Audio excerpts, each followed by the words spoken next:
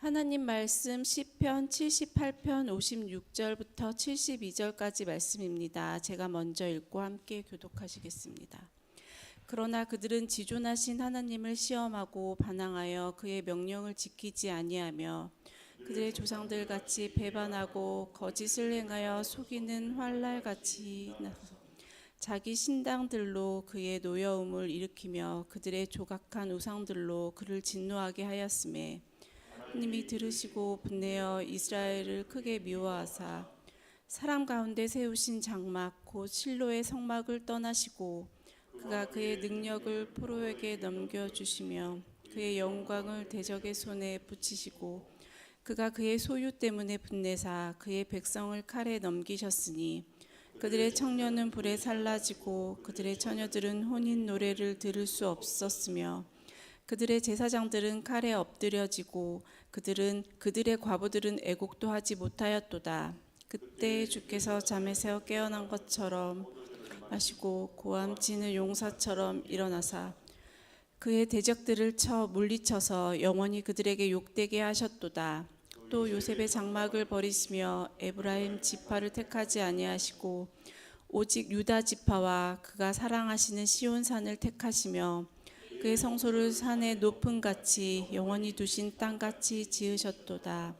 또 그의 종 다윗을 택하시되 양의 우리에서 취하시며 전양을 지키신 중에서 그를 이끌어내사 그의 백성 야곱 그의 소유인 이스라엘을 기르게 하셨더니 함께 보시겠습니다.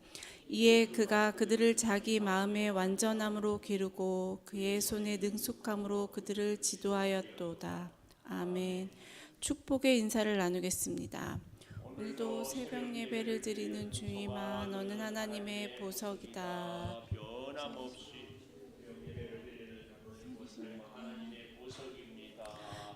이 모든 것이 주님의 은혜입니다. 아멘. 목사님께서 하나님의 구원 방법 제목으로 말씀 전해주시겠습니다. 많은 은혜와 감동이 있으시기 바랍니다. 아멘. 하나님이 우리를 구원할 때는 하나님의 지혜 혹은 하나님의 방법이 있습니다. 하나님의 그 구원의 방법 첫 번째는 하나님의 징계를 통하여 징계. 요즘에는 제가 자꾸 그런 생각이 들어요. 설교를 이렇게 말씀을 하면 이건 전에 했던 얘기인데 그래도 자꾸 해야 된다고 생각이 됩니다. 왜냐하면 꼭 또 오늘 본문에 하시는 말씀이고 또 중요하니까 복 중에 최고의 복은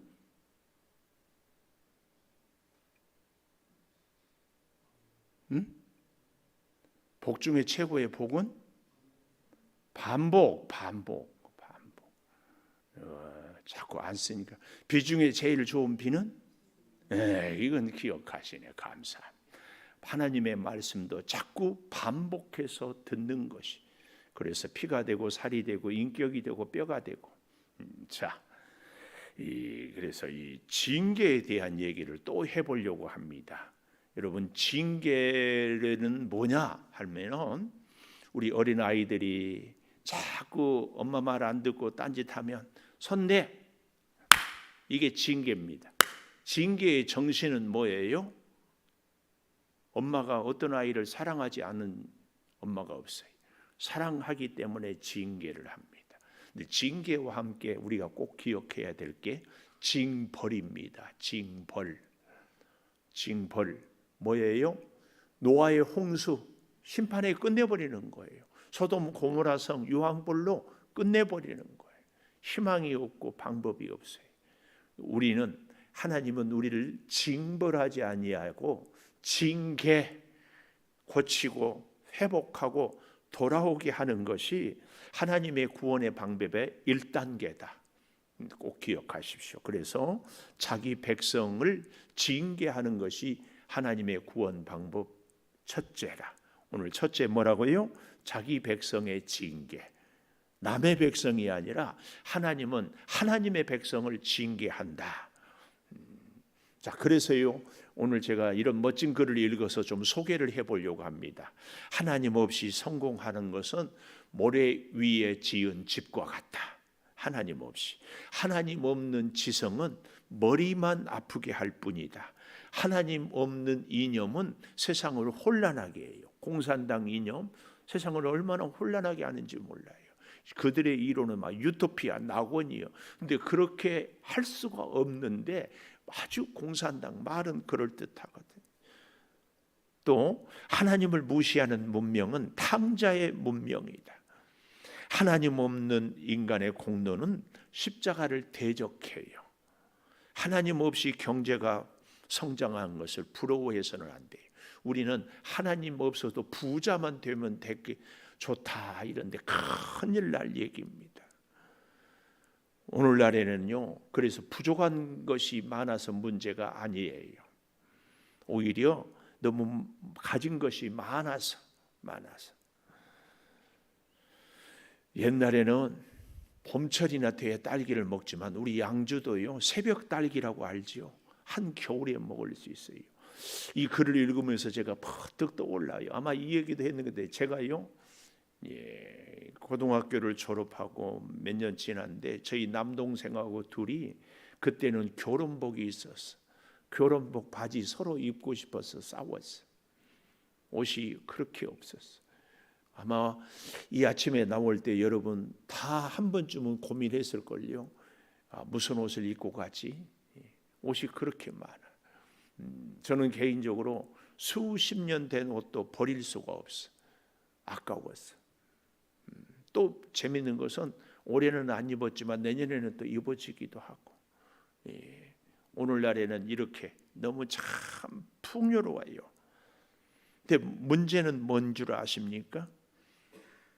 없어서가 문제가 아니라 비교해서 내가 자꾸 없다는 생각, 감사가 없고 감동이 없는. 그래서 영국의 이 소설가 체스터턴이라는 사람은 오늘날 이 시대에는 기적이 필요한 것이 아니라 감동이 필요하다. 오늘 이 새벽에도 기도하러 오는 우리는 하나님의 은혜에 대한 감동이 필요합니다. 감동. 내가 오늘 기도할 수 있음이 감동. 나올 수 있음이 감동. 설교를 들을 수 있음이 감동. 다 감동이죠. 감동. 얼마나 감사해요. 자, 하나님이 자기 백성을 어떻게 징계했는지 보십시다. 56절, 지존하신 하나님을 시험하니까. 시험만 했어요? 반항했어요. 반항만 했습니까? 명령을 지키지 아니하고. 그것도 57절에 보면 우리가 조상들을 통해서 깨닫고 배워야 되는데 57절, 조상들 같이 배반했어요. 야, 배반하고 거짓을 행하여 속이는 활같이 빗나가. 속이는 활, 왜 빗나갈까요? 활이 틀어졌으니까 정조준해서 쏴도 화살이 빗나가요. 이렇게 빗나가. 거기다가 이 백성들의 모습을 산당들로 노여움을 일으켜요. 산당들에서 바알 선지자를 섬기고 우상들로 진노하게 함. 이 모든 것들을 59절 하나님이 듣고 분을 내어 이스라엘을 미워하사 사람 가운데 세우신 장막 실로의 성막을 떠나고. 실로의 성막, 실로 하면 우리는 떠오르는 사람이 있습니다. 누구냐면 엘리 제사장. 엘리 제사장이 누구냐면은 어린 사무엘을 믿음으로 길렀던 사람입니다. 이 엘리에게는 두 아들이 있었어요. 홈리와 비느하스라고. 근데 참 기가 막힌 게 한나는 이 홈리와 비느하스는 제사장인데도 얼마나 엉터리였는지 하나님께 제물을 드리기도 전에 새 갈고리로 끌어다가 걸리는 것은 내가 먼저 먹겠다. 이런 얘기. 성전에서 또 해서는 안 될 일들을 하는 이런 모습들. 그래서 엘리가 그 아들들을 그러지 말라고 했는데 말을 안 들었어요. 근데 그런 엘리 제사장에게 한나는 어린 사무엘을 맡겨서 신앙 훈련을 시키게 하는 겁니다. 이 실로는 거기입니다. 이런데 블레셋과의 전쟁이 빵 터졌어요. 전쟁터에 패하니까 누가 그런 꾀를 냈어요? 하나님의 법궤를 모셔오면 우리가 이긴다. 그래서 법궤를 전쟁터에 모셔오니까 이스라엘 군인들이 사기가 충천했어요. 와! 블레셋은 완전히 겁을 먹었습니다. 근데 전쟁을 했는데 누가 이겼어요? 블레셋이. 법궤는 빼앗겼어요. 오늘 우리로 말하면은 자동차 거울이 있는 앞에 운전석에 십자가만 걸고 다니면 괜찮을 것처럼, 어떤 분들은 차 트렁크에 성경책만 넣어놓으면 괜찮을 것처럼 부적처럼 생각하는 거 아니에요. 십자가를 걸고 다니고 자동차에 성경책을 싣고 다니는 것이 문제가 아니고 하나님을 의지하고 순종하고 기도하고 사는 것. 오늘 여기 실로는 바로 실로. 그래서 성막을 떠나버려요. 성막을 떠나. 심지어 61절 능력을 포로에게 넘겨주고 영광을 대적의 손에 붙이고 소유 때문에 백성을 칼에 넘기고 청년들은 불살라지고 처녀들은 혼인 노래 들을 수 없고 제사장들은 칼에 엎드러지고 과부들은 애곡도 하지 못해 극도의 슬픔이 아픔이 있는데 그것을 우리말로 아야 소리도 못하게 살게 했다. 하나님의 백성을 구원하려면 하나님이 이렇게 아주 혹독하게 징계를 하신다. 그런데 그 징계의 정신은 뭐다? 사랑입니다. 사랑.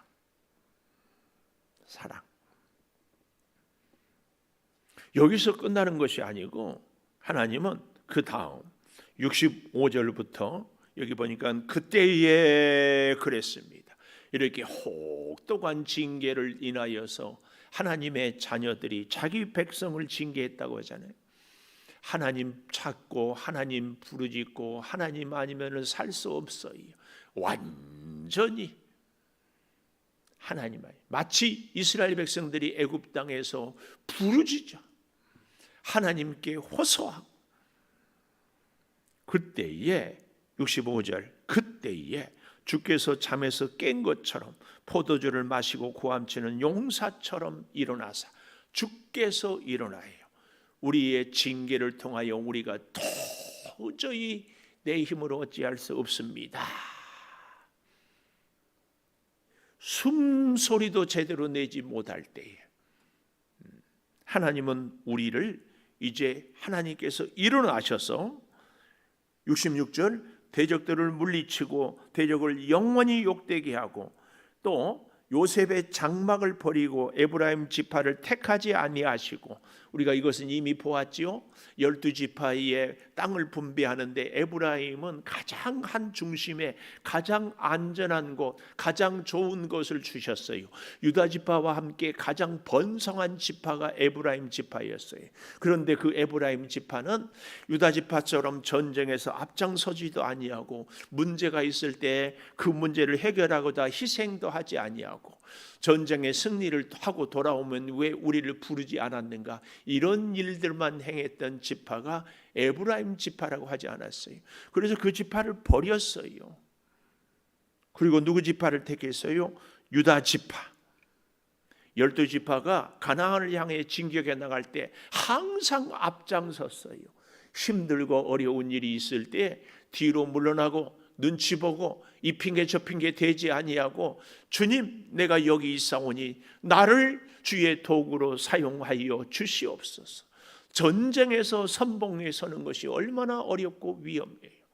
그 유다 지파를 그래서 하나님이 택합니다. 그리고 그가 사랑하시는 시온산을 택했다. 예루살렘, 유다 지파가 근거로 삼았던 이 예루살렘 시온산, 그리고 그 성소를 산의 높음같이 영원히 두신 땅같이 지으셨다. 성소. 다윗이 시키지도 않았는데 나는 이렇게 좋은 집에 있는데 어찌 성막, 하나님은 성막에 계시는가? 그래서 성전을 지으려고 할 때 하나님은 다윗이 아니라 솔로몬을 통하여 짓지 않습니까? 그렇게 하고 여기 70절 또 그의 종 다윗을 택하시되 양의 우리에서 취하시며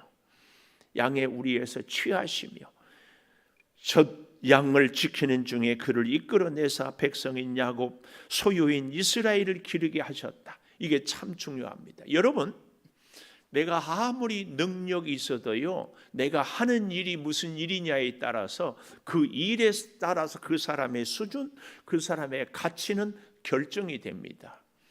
아무리 똑똑하고 잘났어도 집안이 좋아도 사기치면 사기꾼이라고 얘기했잖아요. 성경에 보면 가장 인물이 탁월한 사람이 압살롬입니다.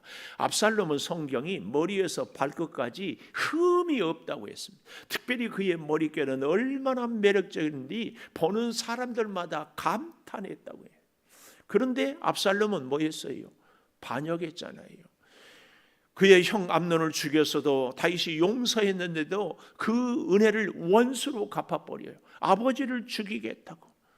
압살롬의 인생은 반역자의 인생이죠. 오늘 다윗, 여기 이 70절, 그의 종 다윗을 택하시되 에브라임을 요셉을 버리고 택하시되 양의 우리에서 취하였다. 이게 참 저는 기가 막혀요. 사무엘 선지자가 하나님께서 사울 왕을 버렸다. 그리고 너는 뿔에 기름을 채워서 이새의 집으로 가서 이새의 아들 중에서 어떻게 해라? 기름을 부어 왕을 삼아라 그랬어요. 이새는 아들이 8이었어요. 아니 그 중에서 누구라고 딱 찍어주지 아니하고 이새의 아들 중에서 왕을 삼아 기름을 부어라. 그래서 갔어요. 첫째 엘리압이라는 아들을 보니까 사무엘 선지자도 그만 깜빡 놀랐어요. 아니 엘리압이 인물이 출중하고 키도 크고 아주 의젓했던 모양이에요. 그리고 사무엘이 보고 엘리압 장남 그렇구나. 기름을 부으려고 했더니 하나님이 스톱! 아니야. 그렇습니까? 그럼 둘째 아니야. 셋째 아니야. 몇 번째까지? 아들 8 중에 7이 다 아니래요. 사무엘 선지자가 얼마나 대단해요. 사무엘 같은 선지자가 보기에도 이 정도면 됐다 하는데 하나님은 아니에요. 또 아들이 없느냐? 예, 있기는 하는데 말째입니다. 이 말은 우리로 말하면 문열입니다. 짜릿감입니다. 찌질입니다. 여러분, 어떤 아버지가 자기 아들을 무시하는 아들이 있겠습니까? 아무리 부족하고 못나도 내 자식은 잘났고 내 자식은 귀하고 내 자식은 똑똑한. 그런데 아버지 이새가 보기에 다윗은 왕의 제목이 아니에요. 성경을 보면 다윗은 키도 작았거든요. 집안의 8 아들 중에서도 뭘 하나 하는 것도 제대로 하지를 못했어요. 그러니까 사무엘 선지자가 온다고 해도 너는 아니니까 양이나 길러 그런 거예요. 아버지가 보기에도 인정받을 수 없는 사람이 다윗이었어요. 내 하나님은 다른 형들 7이 아니라 말째 다윗을 불러서 이가 내가 택한 자다. 기름 부어라. 기름 부은 거예요. 여기 오늘 본문에 보면은요, 71절에 젖 양을 지키는 중에 그를 이끌어내사 백성인 야곱 소유인 이스라엘을 기르게 했다. 여기 젖 양을 지키는 중 이 말씀을 묵상해 보면 참 기가 막혀요. 이제 다윗이 골리앗이 쳐들어와서 전쟁이 터져서 사울 왕도 다윗의 형들도 모든 군대가 벌벌 떨고 숨어 있을 때 다윗이 가서 저 할례 없는 자, 아니 저 인간을 가만두냐? 다윗이 큰 소리를 쳐요. 사울 왕이 데려다가 사울 왕의 갑옷을 입혀보면 맞지도 않고 결국은 형들도 꾸중하고 네가 여기 구경 왔느냐? 그래도 다윗은 굴하지 않고 뭐라고 그래요? 내가 양을 기를 때, 오늘 여기 그 얘기입니다. 곰이 와서 새끼를 물어갈 때 물매로 쳐서, 사자가 와서 새끼를 물어갈 때 그의 아가리 수염을 잡고 찢었습니다. 그 얘기예요. 저는 생각을 해봅니다. 여러분, 다윗이 양을 기를 때 양이 몇 마리나 됐겠어요? 대체적으로 구하면은 한 10마리, 많아야 한 30마리 그 정도. 근데 곰이 댐비고 사자가 댐비면 양새끼 한 마리, 곰은요, 사자는요, 양을 2마리 몰고 갈 수가 없어요. 왜요? 입이 하나니까. 그 새끼 한 마리 없다고 해가지고 아버지가 뭐 혼내고, 뭐 형들이 너는 바보야 그러지 않아. 왜요? 자기들도 다 곰새끼, 곰이 와서 몰고 가면은 당하니까 그 한 마리 말고 끝나는 거지. 근데 다윗은 그러지 않았어요. 어떻게? 곰이 몰고 가면 그 곰을 물매로 돌려서 때려서 정확하게 곰의 종소리를 때려 박아요. 그 물매를 맞는 곰이 깽! 그렇지.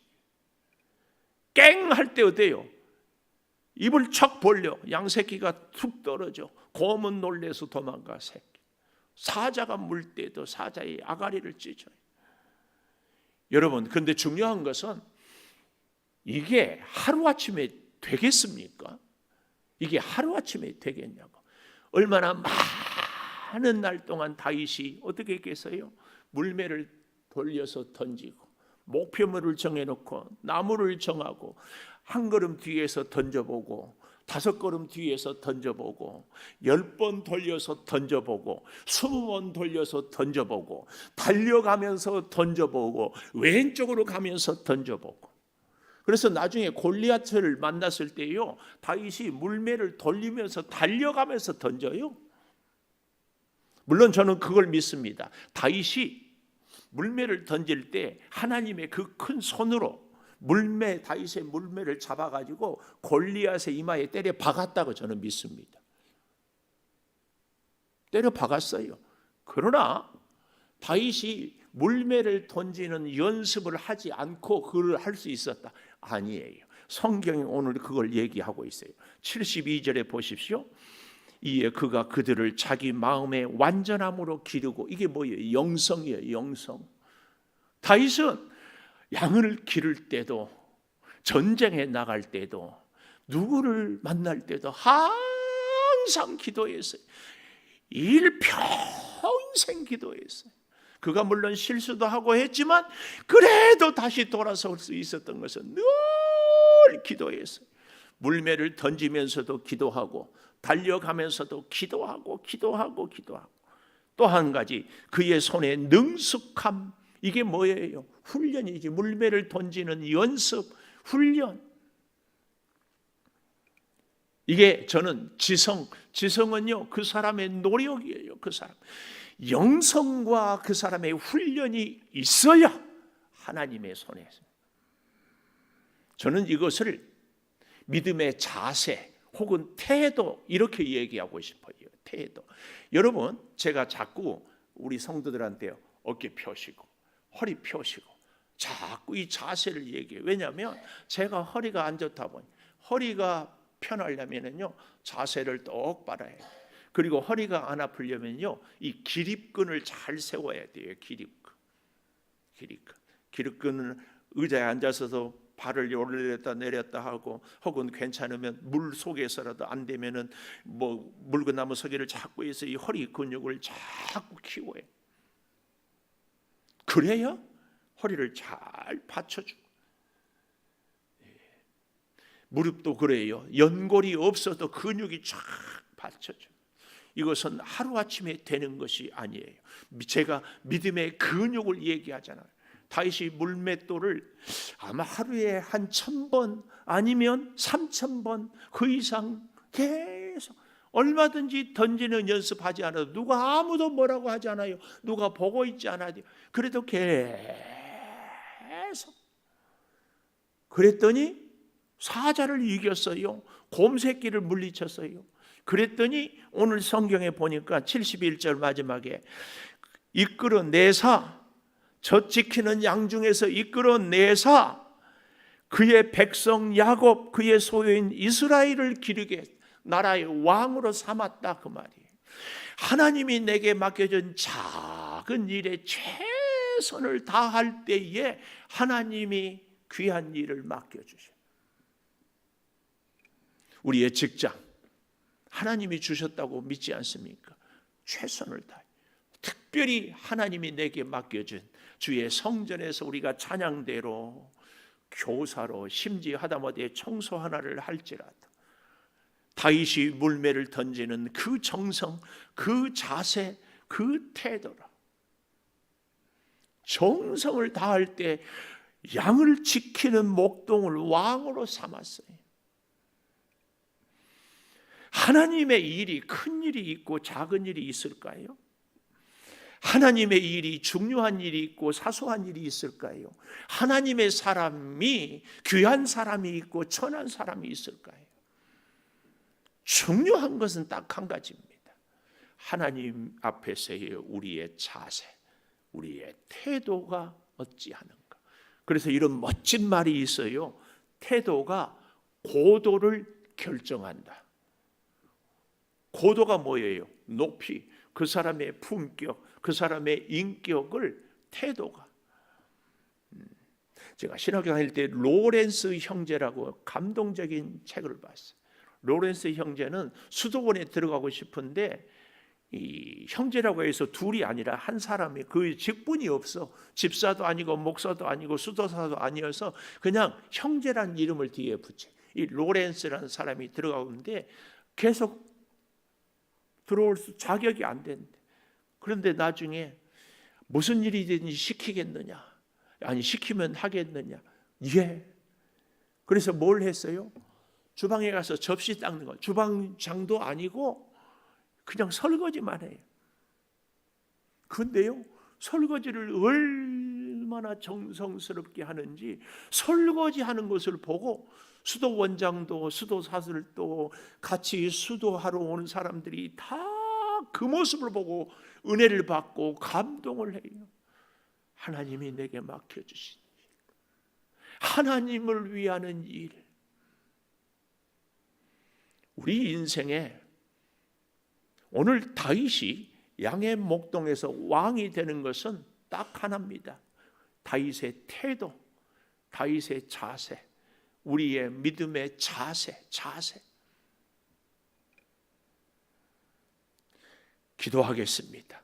하나님의 구원 방법, 자기 백성을 징계하지만 새로운 능력으로 우리를 회복시켜 주실 때에 하나님 내게 맡겨준 직분 앞에, 사명 앞에 우리의 자세, 헌신의 태도가 과연 어떠한지 우리 자신을 잘 돌아보게 하여 주시옵소서. 하나님, 우리의 직장도 하나님이 주심을 믿습니다. 우리의 가정도, 우리의 만남도, 특별히 주의 성전에 사는 우리의 헌신의 일들도, 주여 사람을 섬기는 일들도 다 주님이 맡겨주신 줄을 믿습니다. 오늘 다윗의 그 충성의, 헌신의, 순종의 자세가 우리에게 심어지게 하여 주시옵소서. 지금은 우리 주 예수 그리스도의 은혜와 아버지 하나님의 무한하신 사랑과 성령의 감화 감동하심이 영원토록 함께 하시옵기를 간절히 축원하옵나이다. 아멘. 기도하십시다. 아버지,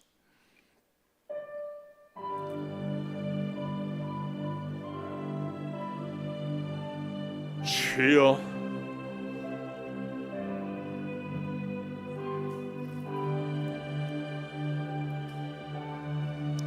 주여 사랑의 능력으로 주여 함께하여 주시오.